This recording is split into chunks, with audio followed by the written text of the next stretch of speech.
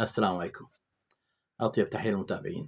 أحد الأخوة من لبنان الشقيقة قبل قليل طلب من عندي أنه أوضح طبيعة الطاقة اللي أمتلكها لعلاج مريض السرطان. الحقيقة طاقتي تعمل داخل الخلايا السرطانية على تجفيفها ثم تلاشيها. طاقتي ضوئية بفضل الله، من طبقة اللون البنفسجي السابعة، وربانية سرعتها أكثر من 500 ألف كيلومتر بالثانية. طاقتي بفضل الله تواجه طاقة السرطان الضوئية، والتي هي من الطبقة الرابعة الحمراء، وتعمل على تجفيفها وتحويلها من اللون الأحمر إلى اللون الأبيض بفضل الله، وبهذا الشكل يشفى مريض السرطان. هذه الطاقة ليست ملكي، هي ملك الله عز وجل.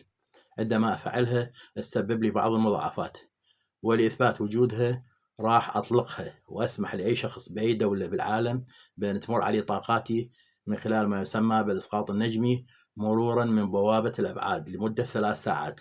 أي شخص يريد يستعين بهذه الطاقة خلال 10 دقائق عليه أنه يغمض عينه ويسترخي، ومرة واحدة خلال هذه 3 ساعات مو أكثر. وأطيب تحية.